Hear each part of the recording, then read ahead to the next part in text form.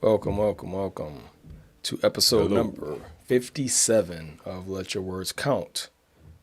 I am Gary Gant here with Ethan Merriweather. What's going on with you, bro? Hey, what's going on, bro? Hey, everything is good. It's Monday. Yes, it We're is. going to get ready to tackle a new year. Can you believe that? We're ending another year. 2025 has flown by, bro. It's been crazy. It's been feeling like it was a slow drag at the same time. Yeah, absolutely. This year Absolutely. passed by quickly. How you been, man? Pretty good, man. Hey, I'm tell you one thing. I'm glad to have you back in the saddle here once again. I Yeah, know that you man. was out for the count last week for Voice- a little bit. Voice kind of raw. Had that COVID ninja bug last week, man. So I'm getting back to it. Just trying to get past this cough and scratchy throat junk. So I'm good though. That's awesome, man. Yes, sir. Yes, sir. Appreciate y'all's thoughts and prayers, man. Oh yeah, for sure, man. Mike stepped in pretty good, and Yeah, I saw him and Brother James. You all held it down last week. Yeah. Good topic on obedience. oh yeah, man. Obedience was a really, really good topic. Good stuff. Of course, you know what's funny about these words that we break down more and more is really considering, the definitions which we call out, the etymology which we call out, and the emotional lens that we call out. Right. It's really approaching these words in such a way where growth can be the output every time we use them. You know what I'm saying? Then if we don't really know how we was applying them in one way or a lot of times it can cause some type of harm. I think the big impact from my standpoint for Let Your Words Count is the emotional lens.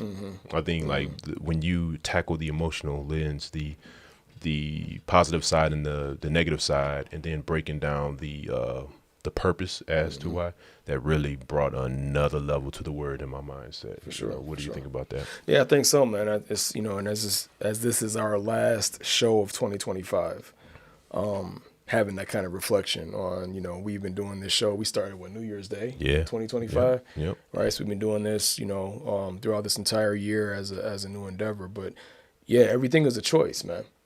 And you approach something new, something that you're learning, something that you weren't aware of before. When you get that information, you could either feel guilty about it or choose to grow from it. You know what I mean? So I think this show is about trying to find opportunities to grow in everything that we're coming across, even something that might feel negative, like that emotional lens.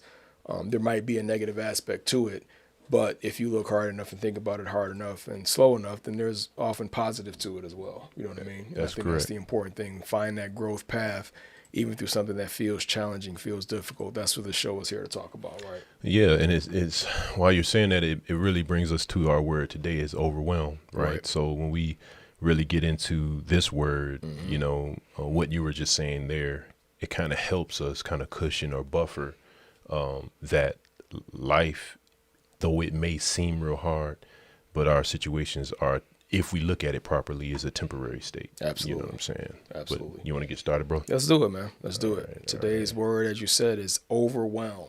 Overwhelm, right? So let's see. What do we have for our definition today? What we got? Overwhelmed.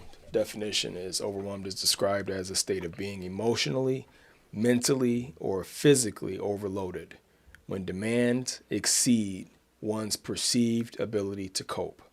Okay, one more time. Overwhelmed describes a state of being emotionally, mentally, or physically overloaded when demands exceed one's perceived ability to cope. Do you want to jump into the etymology for us next? Oh, yeah, for sure. So the etymology is Middle English overwhelming, meaning to overturn, submerge, or to bury. The imagery is physical, being drowned or covered, mirroring how overwhelm feels like being buried under too much at once. All righty. Love it. All right. And did you want to do the emotional lens? Go ahead, bro. All right. So the emotional lens right here is my favorite part. Is the feeling positive, the negative side, right? So positive is rare but possible, and it brings forth awareness, signaling a need for rest or change. Very important. Very important. The negative is anxiety, paralysis, exhaustion, and shutdown. Why?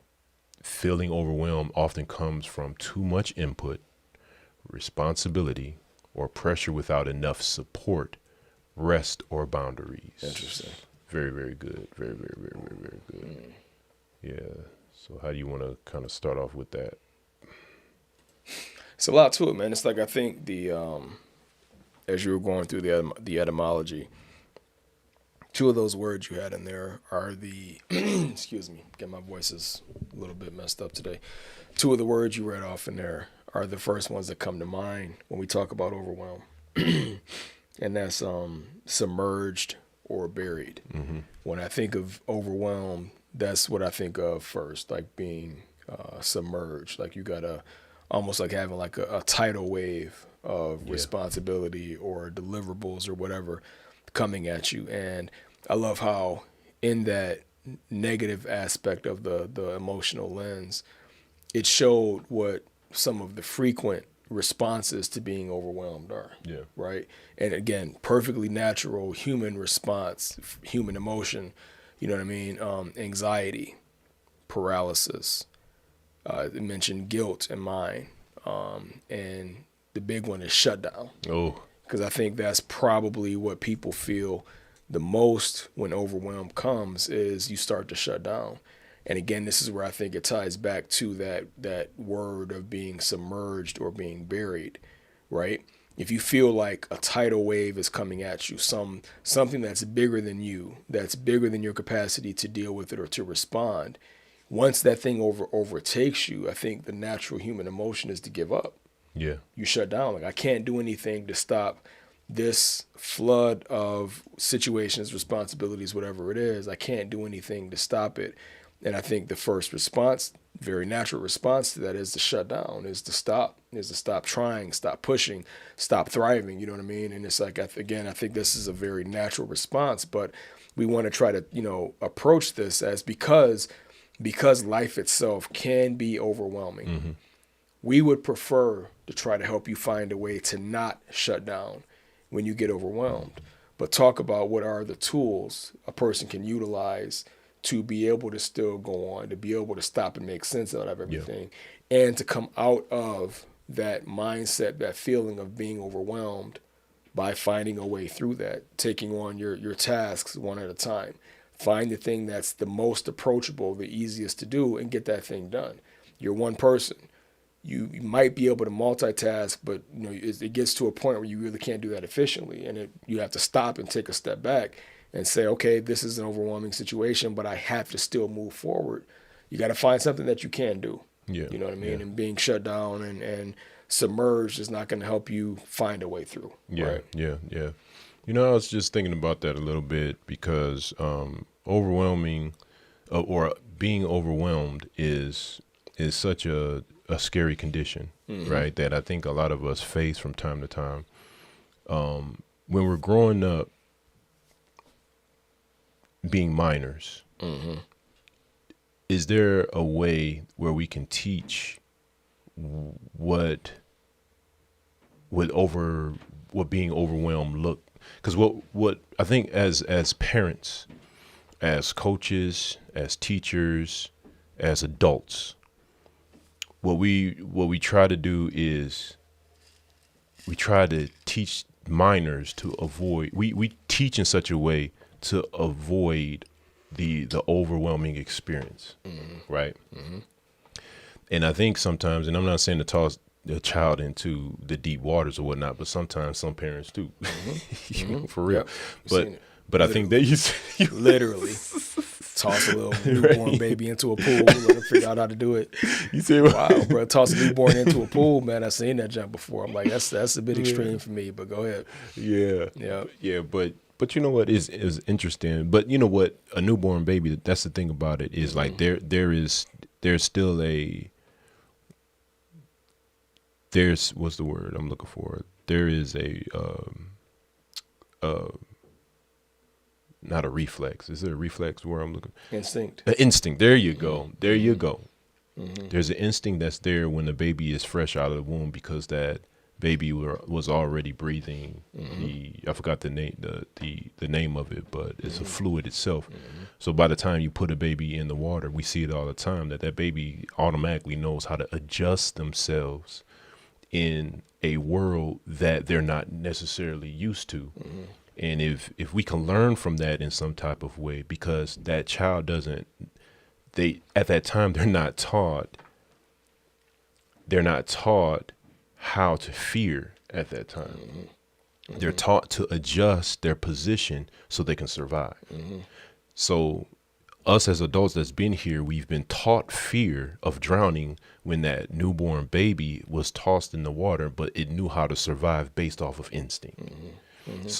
So I don't know where I'm going with that, but I think with the overwhelming response, sometimes I think that being overwhelmed is a taught position. Sometimes I think we've allowed ourselves to be overwhelmed because we haven't slowed down to really consider the information or the experience that we're having for that moment. It goes back to what you're saying is like when the flood comes, okay, the first thing we're thinking about is fear. No, the first thing you want to think about is, okay, what can I do in this very moment in order to cause no harm to be done for either myself or the people that surround me? That's you know what I'm saying? Yeah. Mm-hmm.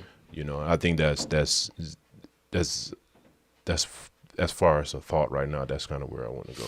And I think what you hit on was the most important thing, because as we were saying, right? Because I think that there's sometimes a person gets overwhelmed by taking on too many responsibilities. Correct. Right? Or a person gets overwhelmed by being too relaxed about deadlines that are in front of you. Yes. You start procrastinating, and before you know it, you're in front of a deadline and you have so many things backed up you can't keep up. People can have life situations. I've had plenty of family members who have 3 or 4 family members pass in a very, very short period of time, and it feels overwhelming. You haven't had the chance to even grieve properly for the first one before the next death hits and the next one. So there's a lot of different variety in how somebody can become overwhelmed. But I think what you said is the key. It's how a person chooses. You're going to face situations. Get past whether it was your fault or not. Yeah. Stop, back up. Very good. Regardless of why I'm here, I'm here. And if I'm going to choose to survive, I'm going to choose to be here the next day, in spite of whatever it is that I'm facing, then the only way through it is figure out how I can handle these things that I have in front of me, to sit down, look at what is the list of those overwhelming things.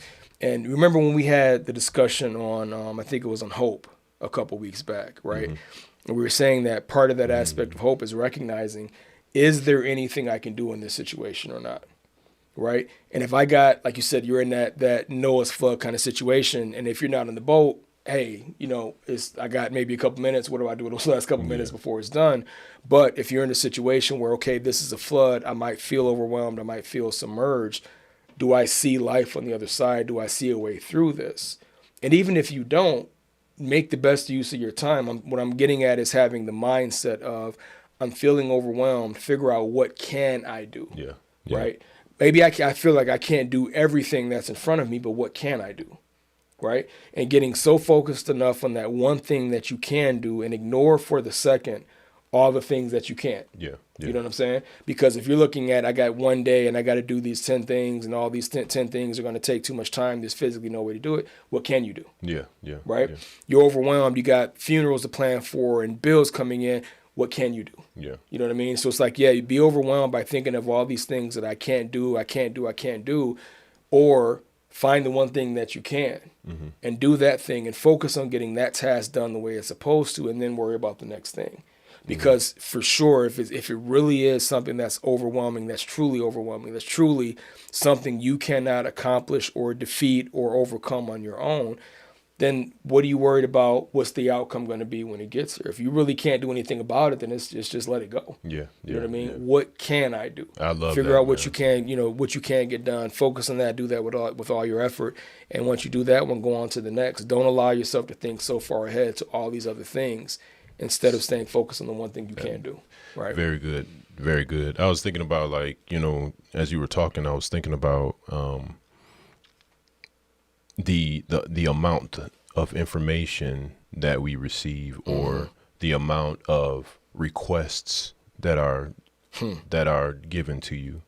or handed to you, and you are in the amount of expectations that one have, because you have, especially in the world that we live today, there's a lot of requests, there are a lot of expectations, and what do you do with that information, especially when the support or even the value, so to speak, are not par with the conditions that can be met to have a beneficial outcome. You see what I'm saying? So I can understand that. And I think we've all been there before, where we were overwhelmed. I was a quality engineer at a plant. So when you talk about the expectations and different things like that, when audits come, we don't have the materials that you need. When bad products are made and you have to make a decision, should we ship this part or should we not?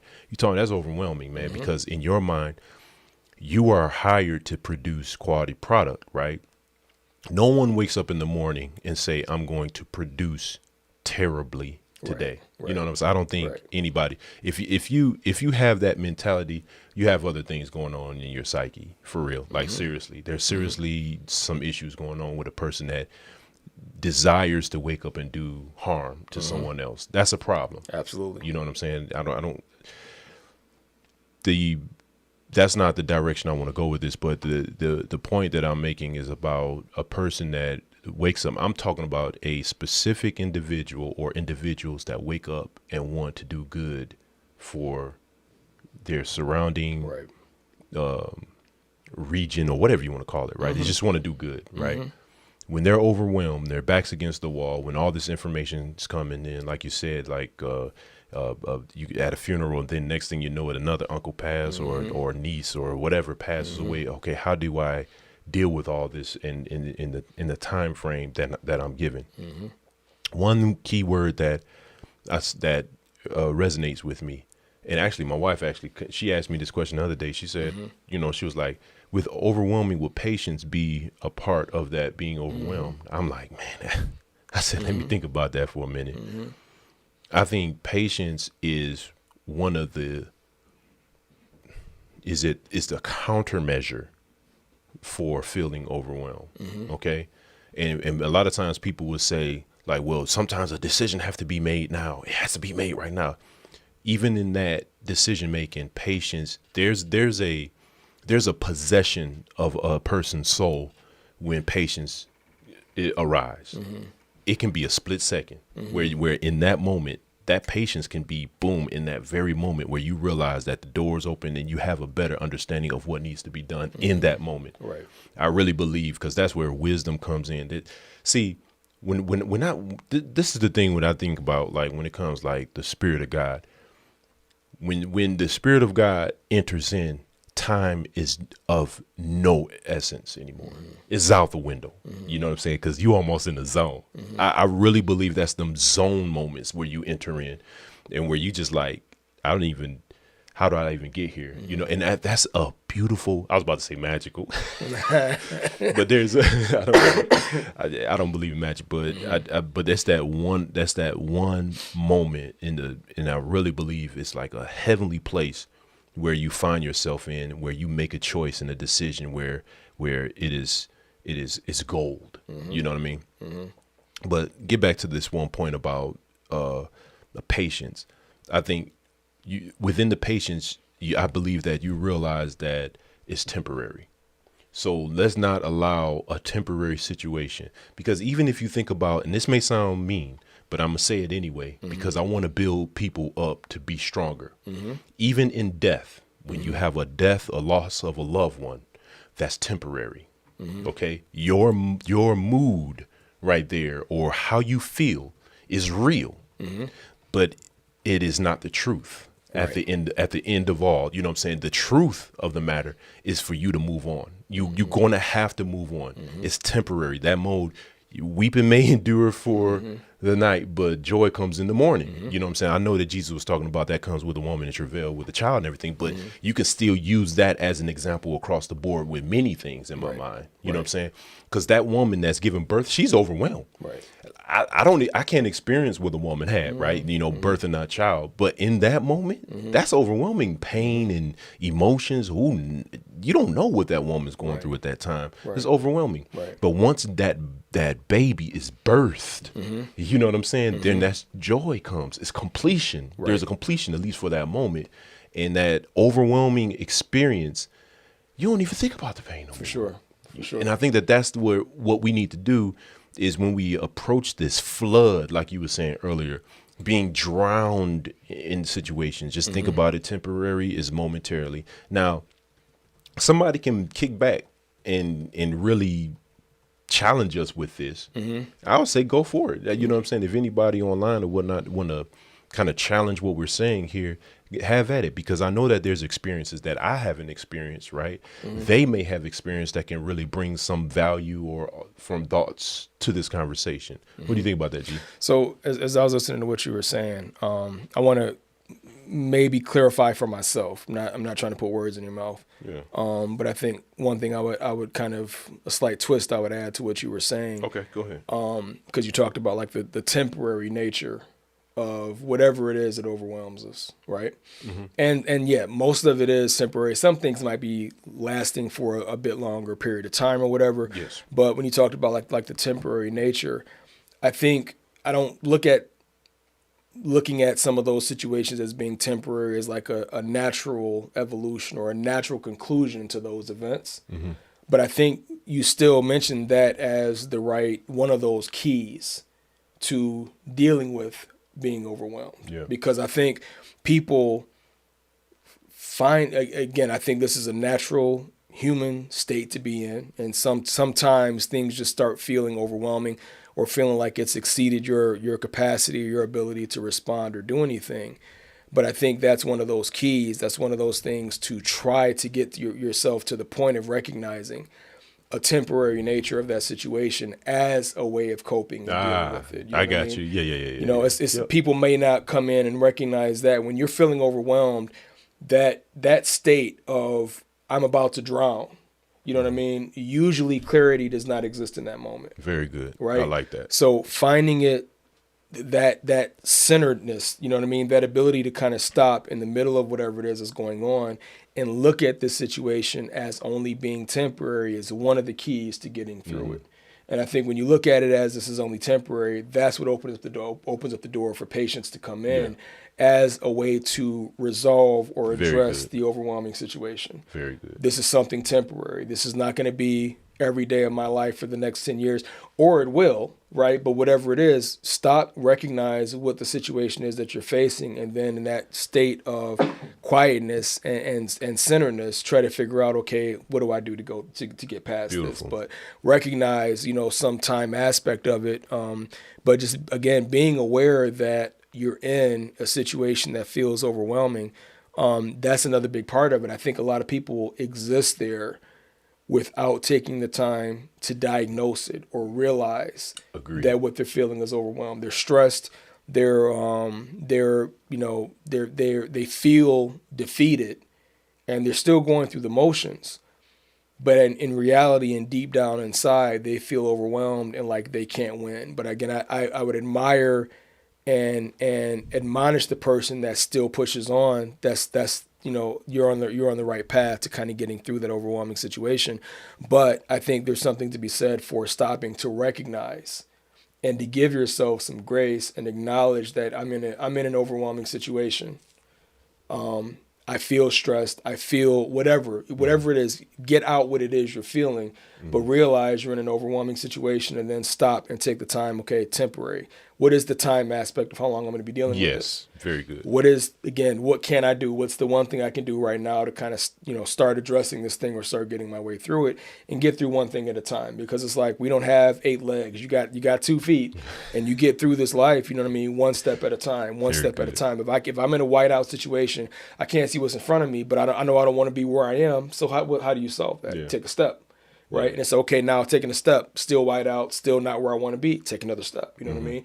Do one step at a time and, get yourself past that point of worrying about the consequences if it's something that you can't control. It's temporary. Yeah. Understand what kind of time frame you're looking at. Do the best you can to push through that, doing whatever you are able to, but recognize it and talk to somebody about it. because I think that's one of the things too. If people feel overwhelmed, a lot of times it's because they might feel like they're carrying a burden on their own, and maybe they don't know that talking about it may make it Totally agree. feel better, or talking about it may result in somebody extending their hand to say, I can help you with this burden too. You know what I mean? No, So, that's awesome, man. yeah.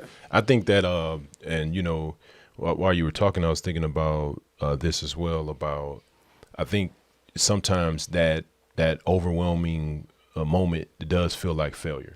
You feel like you have failed in something, and that's the reason why I am overwhelmed in some regard. I don't know. Did you bring that up? I didn't. Touch on that? I didn't. But that's key though. I thought you did to touch on that, but that's kind of what I was thinking about as well, as far as a person that started a new job, is performing at a sport or whatnot, and they feel overwhelmed with once again the information or the expectations of the job at hand, and they are drowning and they're overwhelmed. That's not a failure, but it's a signal. It's a point where you can ask for support in some type of way, and asking for support is not. It's not a point of failure either. I want to be very, very clear to when you're asking for help is not, listen, I got it bad sometimes. So let me just put out a little personal stuff. I want to do stuff on my own a lot of the time, right? And when I feel overwhelmed, I hate to ask for help. That's just because I feel like, man, we're just saying, we've talked about that before, all right? the time. You struggle man. asking for help, bro. Yeah, I struggle asking for help, and I need to get over that because that's a sense of pride. So, and that's where pride. That's where, when you're not careful, pride could potentially override the patience that's coming in to give you that help that you need. That's right. You see what I'm saying? That's right. So I don't know if that makes sense It does. to the listeners, but what I am saying is this: if you are struggling with being overwhelmed, there's a measurement device that you can do within your mind. There's tools that can be put in place that can help you along the way. Look at being overwhelmed as a signal. We have these things, these parameters, so to speak, when we put in everything, in every equipment that you buy, any machinery that is working, they have parameters and they have tolerances. When they go beyond those tolerances, that means that it's going beyond the machine's capabilities. And what happens to a machine is no difference that happens to the human being. That when it's overpressurized, you will shut down. That's something that G was just talking about. The shutdown itself will cause you not to function right. You won't think properly. This machine, this apparatus that we find ourselves in, operates the exact same way as the machines that engineers and scientists or whatnot put together. And this is the reason why they put tolerances in place. They put parameters in place so no harm can be done. And I wanted to share that a little bit. You have any thoughts on that? Excuse me. I do, because I think from what you were saying too, right? I think that's where the hero arc of the story can come about. You know what I mean? Because I think that's what the overwhelm indicates, where I feel like I'm at my design tolerance. Right? Very good. I feel like I'm getting to the point where the things that, what's on my plate is more than I can consume. I feel like what's in front of me is something I can't beat. I feel like I'm at my design limit, my design tolerance. Very good. But I think that's where the robustness of the human spirit shines. You know what I'm saying? Because when you make that decision that, okay, I can't shut down, I can't stop, because my going on is enabling or supporting or helping somebody else, people are depending on me, I can't stop. I think that people find their limits may be higher than what they thought it was in the midst of those kind of situations. So I think in not giving up and looking at, okay, I got this overwhelming situation, but I have to go on. That's where I think people realize my design tolerances, my limits maybe higher than I thought they were. Very and that's a good. good thing. You know what I mean? Because a couple episodes back again, we talked about with regret. And I think that, you know, a key point you brought up, we talked about with regret, using regret as feedback and not letting that form an identity for you. Very good. And I think overwhelm is the same thing. You said a few times, it's a signal. And I think that's a perfect word to use for it. Again, being able to recognize and being aware that I'm feeling overwhelmed should be used as a signal to say, okay, I have to slow down. I got to focus on what's in front of me. I got to focus on what I can do, and then turn that chaos that feels like it's in front of you into choice of, okay, I got these 15 things. I can't do all of it. I'm going to choose that one. I'm going to choose that one thing. And when you do that and conquer that, the momentum that you get, the feeling of accomplishment that something actually got done, all those things are things you can employ to keep pushing and keep pushing and keep pushing. Find maybe new design limits, you know what I mean, that we didn't know we had before. Seriously, you know what I mean? Because those tolerances a lot of times are somebody's designed a part to work within that realm. You can meet your warranty window if you stay within tolerance. But if you exceed that tolerance, maybe sometimes the part doesn't break. Yeah. The part still is able to operate. It's just it's not ideal. Yes. But even in that not ideal situation, you might find some parts are robust enough to still withstand that and deal with it and still not fail. And I think humans could be the same way. You know what I mean? I think so too. Yeah. I love that, man. I love that. So do you think that, I'm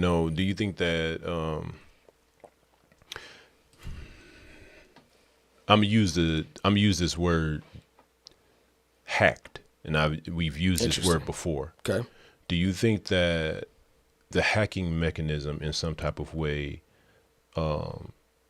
keeps us not to test or be curious about pushing that envelope? Say that one more time. How do you mean the hacking mechanism in this context? I don't know if I can. I don't know if I can repeat what I You said. said does hacking allow us to push the Okay, envelope? so the hack meaning is like when I say hack is kind of like a You're talking about the person that's being overwhelmed. a person finding that's a hack.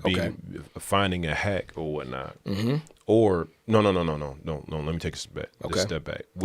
What I was talking about is I'm kind of piggybacking off what you're saying. Is sometimes you don't know the fail limits of a part, and because you haven't tested that. What I mean is sometimes being overwhelmed is that it's not necessarily a 100% negative thing. That's why in the emotional lens it said that it's very rare that you find being overwhelmed a positive thing. But let's say in this rare condition, we choose the positive. And I think that it's our choice, going back to the word you just said a second ago about being a choice.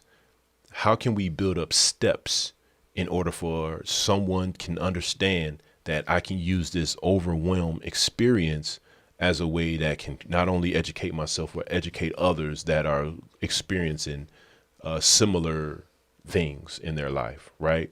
So when I bring up hack, so have we been conditioned to just say, I'm overwhelmed? Right. Yeah, that's right. You've hacked your own self with that mode by giving up. Like you've hacked yourself by speaking that into existence, that I am overwhelmed. When you speak that I am overwhelmed, you've already implemented some type of seed of doubt. Man, it's crazy how these words are coming back around again. I love it. So you've already seeded once again this thought process, and it's not only a thought process. That thought process actually turns into a real function. You know what I'm saying? In reality, does that make sense? It does. It does. Okay. It does. Man, what you said brought up a lot of different thoughts, bro. Yeah, go ahead, bro. Because I think in terms of that hack, and at least for the way I operate, and I think probably the way you operate too, we talked about this kind of stuff enough, that I think that if I were to kind of identify a hack or a way to hack this system, right, or a way to hack the situation of feeling overwhelmed, for me, make it into like a competition. You know what I mean? That this is a situation that's going to try to break me, am I going to let it break me? I take challenges at work very personally. You know what I mean? Seriously, because I'm like, I'm not going to let you beat me. Yeah. So, if I have a time, if I don't have a time limit and I can learn and get knocked down and have enough time to get back up and come back into the fight, I'm not going to stop. You know what I mean? Beautiful. So okay, this situation is overwhelming, but I'd rather be the person that on the other side of this has my hand held high, that I face this overwhelming situation and I'm still here. Yeah, beautiful. Because this is what I'm talking about, making it feedback instead of identity. Yes. I don't want my identity to be, I faced this and got beat. I faced this and lost. I faced this and gave up. I'd rather it be, I faced this and got beat up for 10 years, but at the end of that 10 years, I finally figured it out. Yes. I finally managed to beat it, and I came out the victor. So a hack for me is find that spark. Find that thing that's going to be an incentive for you. Very good. That, going back to what we talked about with hope again, right? Find that thing in you that says, even if I can't win, this is worth the journey. Yeah. You know what I mean? Even if I can't win all 15 things in front of me, it's worth it for me to put my hand to the plow and get this one thing done, because getting that one thing done opens up the door to the next and to the next. And so I'd rather be the person that died trying than the person that just gave up and got shot anyway. You know what I mean? So it's a choice. And it's a very important one. And again, why I say, like, I make it these personal challenges. I'm not going to let you defeat me kind of thing, because, and you know me, right? I am very mindful. Like you said, if we're conditioned, like the other part of what I was saying, you kind of brought up a lot when you were, a lot of stuff to my mind when you're talking about this, because if we've been conditioned, and not gonna say engineered, but more so conditioned and made to get to this breaking point easily. If I can engineer or condition people to break easily and to think that they can't do that much, weaponizing, making them feeling overwhelmed becomes a very powerful tool. Wow. If I can make you think of yourself as having less capacity, less ability than you really have, and when you come and face a situation, to make that the first thing that comes to your mind is, Gary said I can't do this, so now when I face a situation, I guess the reaper's coming for me. This is it. This is my time. I'm done. You never even tried. You know what I'm saying? You never even thought to fight and see, was I telling you the truth or not? Was this limitation that you accepted real? Yeah. Because if I convince you not to, then it becomes very easy when I want you to stop, when I want you to give up, when I want you to stop resisting. I'm going to know what buttons to push because you've accepted what I told you your limitations are. Interesting. So being able to weaponize being overwhelmed, and I'm saying that with a very, very specific thing in my mind right now, because if you consume media in the U.S. on any kind of regular basis, you know what I'm talking about. Yeah. Because being overwhelmed is being weaponized to make people give up, to make people not resist, and to make people feel like there are so many things happening. What can I do but throw up my hands and wait and see what happens to me? That's by design. So for me personally, I choose to look at situations, and again, you know me, it's like I'm an idiot. I'm the kid that sat there at 140 pounds and made a mistake and bumped into a 300-pound dude linebacker in high school. I stood there. I'm probably going to get beat, but I'd rather at least stand there and say that you bumped into me, I bumped into you. I didn't just run away screaming because you're 2 or 3 times my size. You got to beat me down. You know what I mean? You have to defeat me and put me down to the point that I can't get back up. I'm not going to just lay down and give that to you. You know what I mean? So I'd rather approach situations like that. I don't want to accept, and this is where I think too, limitations that are put on us in other capacities. Spiritually speaking, if Jesus gave the instruction that people can do things, or are supposed to be doing things that would exceed what he's done, but we've accepted this limitation, that's the pinnacle, that's the point nobody can even approach. Nobody even comes close to approaching, let alone exceed. If I accept that, how am I going to even withstand, be able to persist through the things he faced? I don't think he's even approachable, but he said, greater things than you've seen me do will you do. 100%. So do I want to believe the person that's telling me I can't even get close to that? Or do I want to believe him telling me I could do more? Because if I accept the limitations this other person has given me, when are you going to ever find any limitation? Yeah. When are you going to find your design limit? Because I told you to give up at step number 1. He's telling you can go on to step 20. But if you listen to me, you're never going to find your limitations. You're never going to find your true capability, your true capacity of what you can do, because you've accepted people telling you you're less than, you're not this, you're not this, you're not this, but that's not what he said. You know what I mean? Man. So that's what I'm saying. Allowing people to weaponize being overwhelmed, setting limits for you, I consider those that's fighting words to me. That's a challenge to me. You're gonna have to prove to me that the limits you tell me are real, because I'm gonna stand up and I'm gonna try to push them and see is that true or not. That's awesome. You know what I mean? Man. So the limitations prove to me that the limitations that you're setting are I was real. talking way too long. I'm done. No, Go no, ahead, bro. no, you're good. No. I thought you touched on some very important points, that because I think you turned around the overwhelming the experience to something more that we can do and recognize, right? The power that God has placed within us in order for us to, and listen, the scripture tells us, for it is God which worketh in you both to will and to do of his good pleasure, right? So it is up to us to determine what that pleasure is as well, so we can be a part of that pleasure, that process, so to speak, right? Right. And with that, you might be overwhelmed, right? But at least I believe that you will push to understand outside of what those limitations are. I think it's very important for us to recognize that. But once again, who are you? Who have bewitched you? I love it. You know what I'm saying? Yep. That you won't desire after the truth. You know, it's very there I go, Tamara, very trying to eliminate the word very from my lexicon. But It's that emotional lens, bro. Just use it appropriately. yeah, man. So the awareness that we're tapping into, and it's amazing that all these words are coming back around. I was thinking about the efficiency that you can recognize of being overwhelmed. So when you're overwhelmed, you can look at it as a loss, right? Not necessarily a failure, a loss. And when you look at failure, okay, when they say it's a failure, I don't look at failure as a bad thing anymore. I don't look at failure.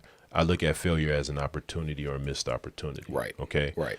I think that a lot of times those are those hack words to make you feel that you are defeated and there's no way that you can get out of this. And that's far from the truth, right? At least in my mind, right? I think that there's a part of being overwhelmed where you can take some joy in the process, depending on what it is. Okay. And I'm not going to say that's 100% across the board. Right. But once again, the awareness or the signal for you to do something, there's something that you have to do. Yeah. Yeah. Go ahead, brother. You about to say something? If I could jump in real quick, because man, I think for sure. along the lines of what you're saying, because what we're doing with this channel is trying to find practical words, right? Words people can actually apply in their lives to change some of these things around. So along the lines of what you were just saying, right? What you said before, overwhelm is a signal. Yeah. If I'm going to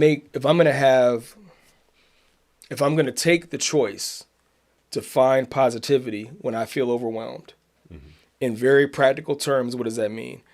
I feel overwhelmed. Condition myself to say, when I feel overwhelmed, my next step should be stop.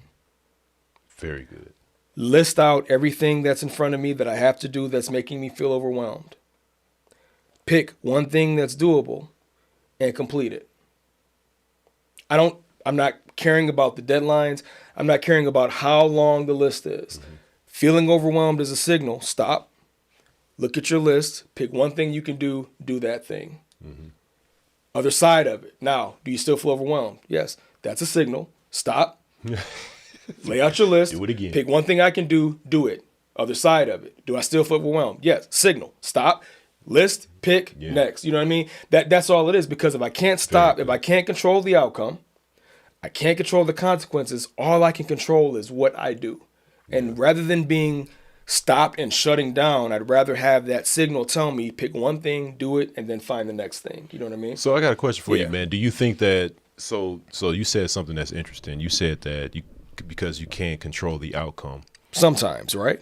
When you can't. Yeah. When you can't. Yep. So going back to how we practically, the whole point of the show is to take words that we don't normally break down, but put it in a practical sense so we can grow. Whether we normally think are negative and try to use it positively. Exactly. Yes, Which is, yes, to me, on. is very, very hard to do. Yeah, absolutely. Right? Because we are conditioned to take that word and say, it's defined this way, and I'm not going to leave from how it's been defined in that manner. And that's why you got to watch Let Your Words Count podcast. Yeah. Go ahead, bro. Yeah. Right. So, because what we trying to do, we're not only challenging one another, we're challenging you that's listening to become better, right? With us. Yeah, all of Yep. us together. We Absolutely. we all grow together. Power with, not power over, right? And the thing is be efficient, be effective, and be a lover of words in such a way that you can become the ideal creation that God intended in the story, flat out. One thought that I was thinking about, hopefully I didn't miss it, man. I'm sorry, bro. No. I think you're okay.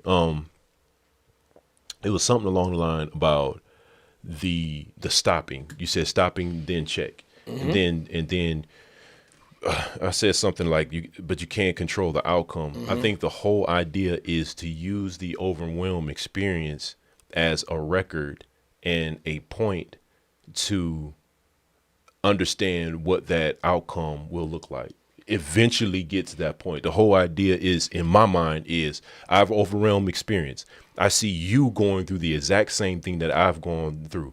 You don't necessarily have to go through the exact same steps that I've gone through, but just hear me out. Consider what I say. You know what I'm saying? Because a lot of times, many people have to go through over. It goes back to the baby tossing the newborn baby in the water. It's the exact same type of analogy, and I love that you brought that up. Heart breaks every time I see it. Go ahead. It's heartbreaking to toss a newborn baby in the water, but once again, you're tossing that baby back into an environment it's what's used to. You know what I'm saying? It just don't seem right, It bro. just Seeing babies on TV struggling, bro. Yeah, Go ahead, man. But what do they do? The first thing they do is flip their back around. I haven't always seen that, fam. That's what I've seen. Some be in there struggling, and the parent got to jump in there and save a newborn baby from drowning. Fam. I was just like, man, something's wrong with this, man. Go ahead, bro. I know for I guess for the ones that right. For the ones, I guess I ain't seen them all. I wasn't that curious. To keep looking at videos for babies struggling. They over here murdering babies. God help us, man. Go ahead, man. Yeah. But for the most part, I'll say most of the time, like, but that goes to from that analogy, it may not. It's not a one size fit all. That analogy of overwhelm. Everybody has their own experience. They have their own approach to how to handle pressures and being overwhelmed or whatnot. Yes. You know what I'm saying? So I think it's very important. I said very again. Sorry. I might have to give somebody $1 every time I say very. One line at a time says there's a process to that swim method before the. I hope so, because people be doing tossed it wrong. in. Yeah, people be doing it wrong, bro. I'm telling you. Yeah. Go ahead. No, I'm good, but that's true. Let me read that one more time because I don't think I read it right. There's a process to that swim method before the baby's tossed in. I got you. Yeah, that's true. That's true. Somebody need to put out a YouTube video explaining what that process is, because not everybody got it. Yeah. So to go back to this is my last point. Overwhelm is a signal. I want to really voice that and be very, very clear on what being overwhelmed is. I think that all of us to try our best to avoid saying that you are overwhelmed, because if you say that you are overwhelmed, then you're introducing a process within your psyche, your mind, or whatnot for failure, possibly. But and when I say failure is not necessarily a bad thing unless you stay there. The whole idea is failure becomes true failure if you do nothing about it. Nothing after that. But That's right. failure is a beautiful thing if you use it as a catapult. I love it. To move forward. So I love it, bro. when you are overwhelmed or whatnot, and you see the walls coming down and the floodgates are bursting and different things like that, you know, I really believe that within myself that there is a temporary moment. I hate to say, sometimes life and it comes to a life and death moment or whatnot, but we're going to talk about life right now, not necessarily death, right? If anything, that's death, but that I would want to bring up is a death to a previous mindset that causes failure to be your option. You know what I'm saying? But use failure, true failure, as a learning experience for you to be catapulted to the next level. Absolutely. So I think I'm done. Hopefully I said that right or whatnot. But go ahead, G. Very well said, bro. I've spoken enough, man. We good. Yeah, we good. Yeah, go ahead, G. Say something else. Nah, man, just like we said, use it as a signal, and you know what I mean. Don't accept it as an identity. Don't accept failure from it, man. Like you said, take it as an opportunity to learn. Use that signal. Find what you can do, and push along, doing one thing at a time that you can, man. Until you're through. Until the worst of it is past you. Oh yeah. So yeah. I love the conversation, man. We are signing out. Listen. It is 12/29/2025, man. Brother, we've been doing this for a whole year. We started January 1st of 2025. That's right. Our first word was gossip. I don't know how we just brought it. I think we just thought about gossip. Just pick one. Got to start somewhere. Got to start somewhere. But we love it, right? Right. Yeah, we love it, and we love everyone that's on the call, that's supported us, man. We really appreciate it. And all the subscribers, please like, share, subscribe. Share it to someone that feels that they'll be benefited by the show as well. And we are signing out for 2025. God bless you. This is Ethan Merriweather and Gary Gant signing out. God bless you.